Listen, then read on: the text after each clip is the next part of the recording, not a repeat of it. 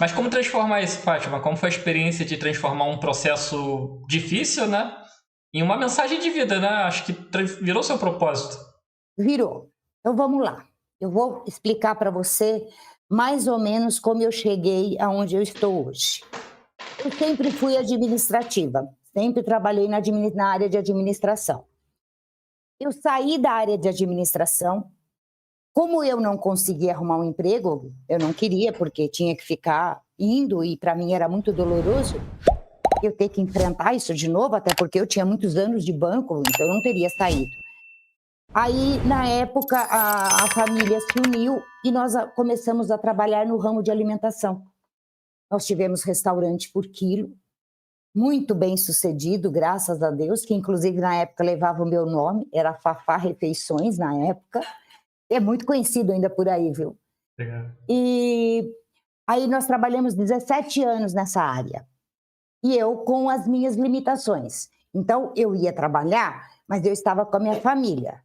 Então, alguém vinha me buscar na porta de casa e me trazer na porta de casa, porque eu não pegava transporte público, eu não andava na rua sozinha, nada disso eu fazia, absolutamente nada. Então, alguém me pegava e me levava.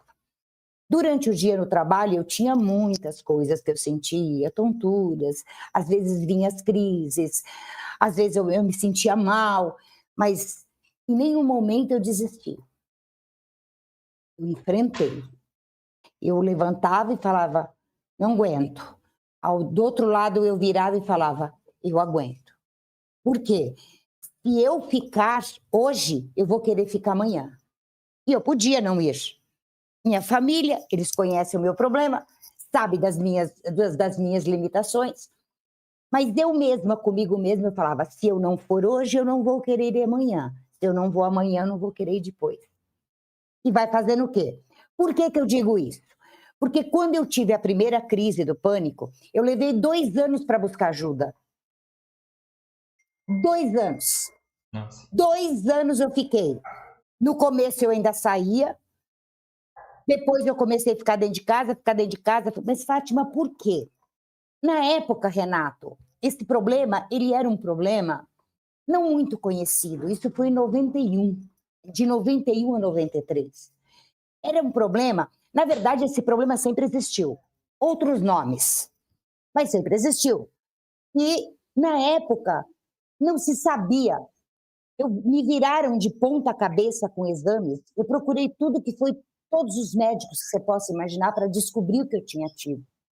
Nenhum, em nenhum momento falou, você está com problema de ansiedade. Não, você não tem nada. Eu olhei para o médico e falei assim, eu quase morri e o senhor disse para mim que eu não tenho nada. Não, você não tem nada. Já que eu não tenho nada, fora os preconceitos da empresa, frescura,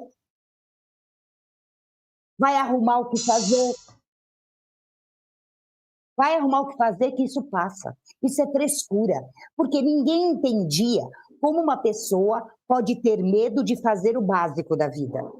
Trabalhar fora, ir no mercado, ir numa feira, numa festa de aniversário, num show, num teatro, qualquer coisa. Eu simplesmente me fechei e me enclausurei.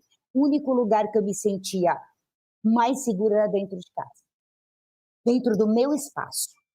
Fora disso, nem no portão eu chegava. Nem no portão eu chegava.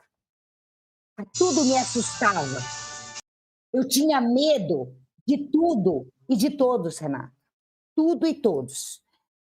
Então, foi esses 2 anos, foi o momento que eu cheguei no fundo do poço. No fundo, o fundo do poço está aqui. Eu cheguei mais aqui.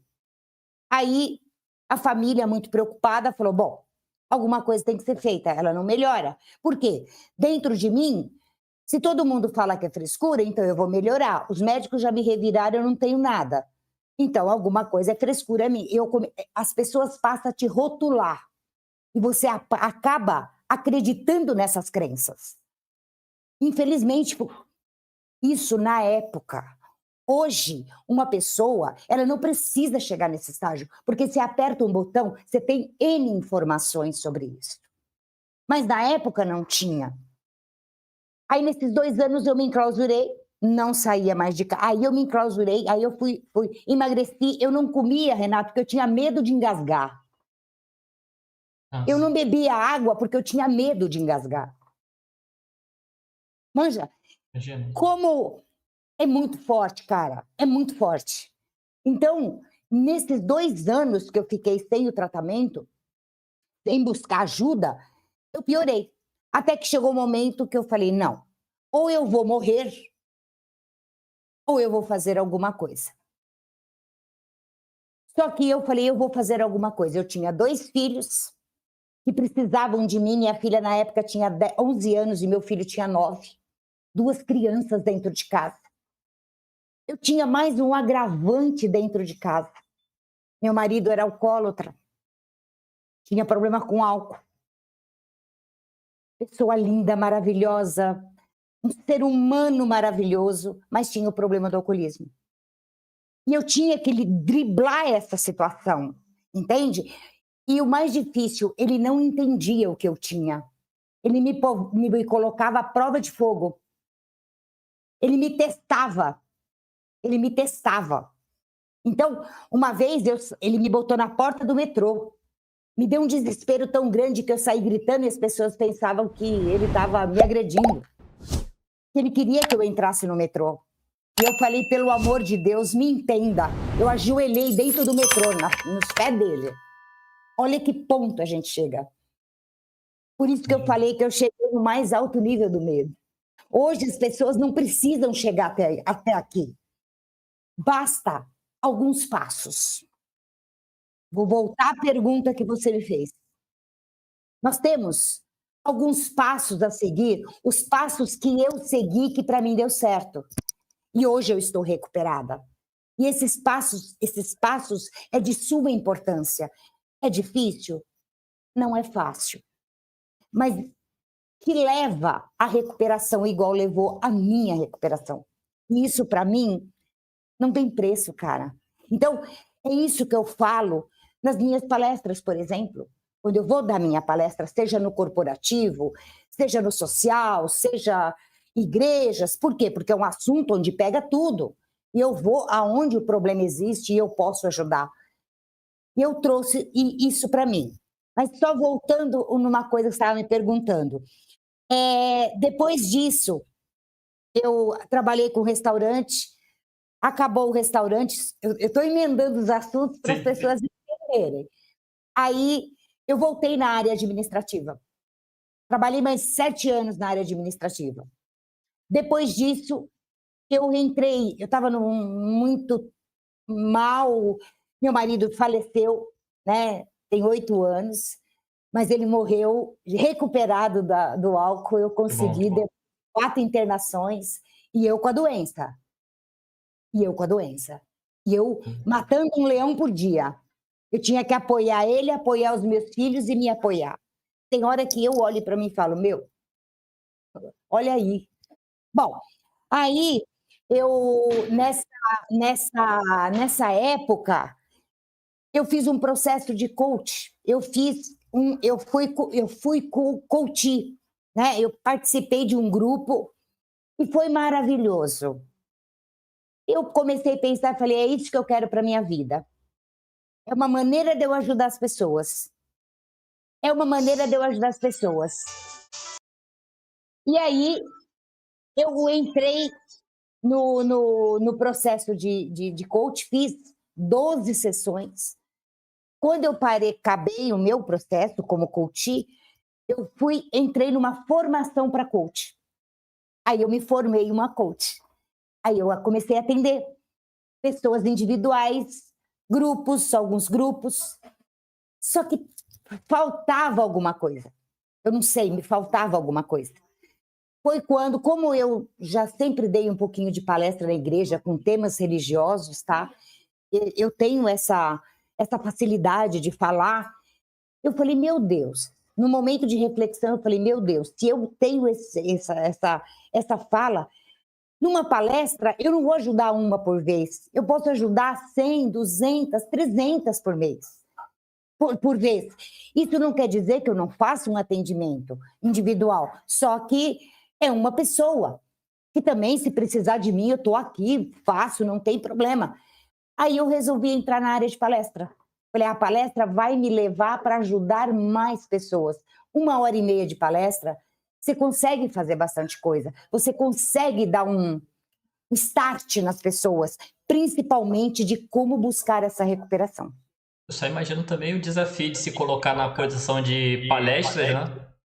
Viajando, imagino, indo em lugares, o que talvez há um tempo atrás seria um enorme desafio, né? Renato, eu não entrava dentro de um carro, eu tinha medo. Aos 55 anos, eu tirei minha carta de habilitação. Legal. Aos 55 anos. Ninguém queria sair comigo, né? Mas eu tô um pouco me linchando. Olha a minha cara de preocupação. Hoje não, né? Hoje todo mundo sai, né? Mas eu tirei minha carta com 55 anos, Renato. Então você vê que valeu a pena a minha caminhada. Valeu a pena eu caminhar esses passos. É fácil? Não, mas é possível. E todo mundo consegue. Claro, Renata, a pessoa tem que querer. A pessoa tem que se valorizar, sabe? Se apegar em algo que faz ela buscar. No meu caso, foi meus filhos, que precisavam de mim. Eu tinha 2 filhos pequenos, claro que eles foram crescendo. Minha filha casou, eu estava saindo do processo. Minha filha casou, eu estava saindo do processo. Então, mas tudo bem, sabe? E hoje, depois que veio a minha recuperação, há 11 anos eu estou recuperada, eu fiz tudo o que eu não fiz dos 31 aos 50. Só algumas coisas que não tem como voltar atrás. Isso eu lamento, mas não me culpo. É ir das reuniões da escola dos meus filhos, homenagem do Dia das Mães, festa de final de ano, festa junina. Isso realmente eu não tenho como buscar, porque já passou. Isso, e eles sentem. Hoje não, porque a gente já conversou muito. Mas o que eu posso fazer hoje, eu faço. Eu viajo, eu ando, eu vou no meio de multidão. Tudo que eu não fazia, eu faço hoje. Por quê? Porque eu segui uma trilha, eu segui os passos. Não sei se eu falo dos passos agora ou você prefere deixar para Deixa eu até compartilhar aqui, mas que bom, tô feliz de poder compartilhar essa conversa hoje, Fátima. Olha, bem feliz de poder compartilhar essa história. E que outras pessoas não precisem esperar, como você falou, né? Perder muito da vida, né? Sabe, Renato, é assim, tem um sinal, a doença, ela tem sinais. Só que nós não percebemos. A gente está tão envolvida no mundo, no ego, na vida, o ganhar, o fazer, que você não percebe. E hoje eu sei dizer que é um processo de estresse, você entra num processo de ansiedade e depois você entra num processo da síndrome do pânico. A síndrome do pânico é o fundo do poço.